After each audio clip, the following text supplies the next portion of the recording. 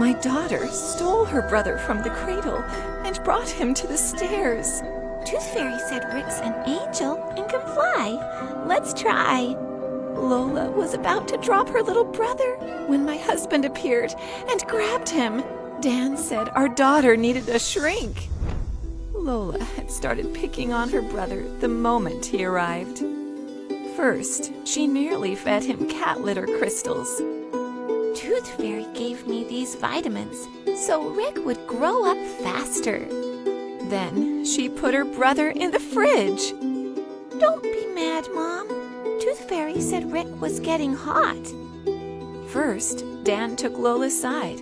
She just craved attention. I was glad Dan and Lola got along. He wasn't her biological dad. But she crossed the line.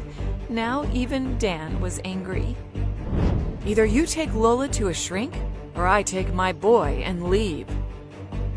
Mommy, I'm not lying. Look, here's a feather from Tooth Fairy's wing. Dan pushed, so I made the appointment. I felt like a traitor and couldn't sleep. It won't hurt, Lola. It's just a checkup. Take your sleeping pills and sleep. I took my pills and dozed off. Lola woke me up. Smoke was everywhere. The house was on fire. The cradle was empty. Dan didn't respond. Lola kept apologizing.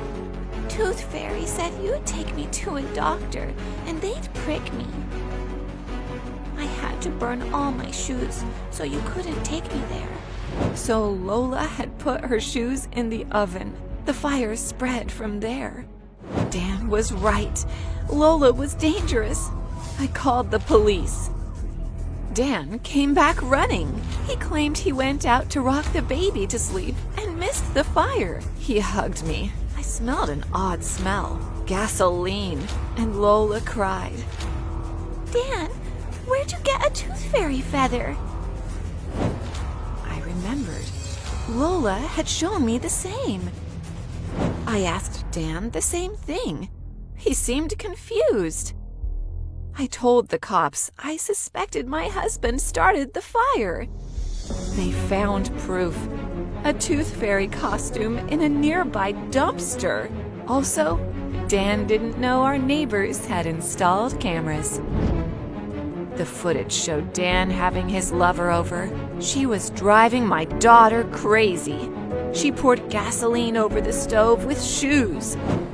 Dan and his lover confessed they wanted to get my money and blamed the fire on Lola's mental illness. I begged my daughter to forgive me.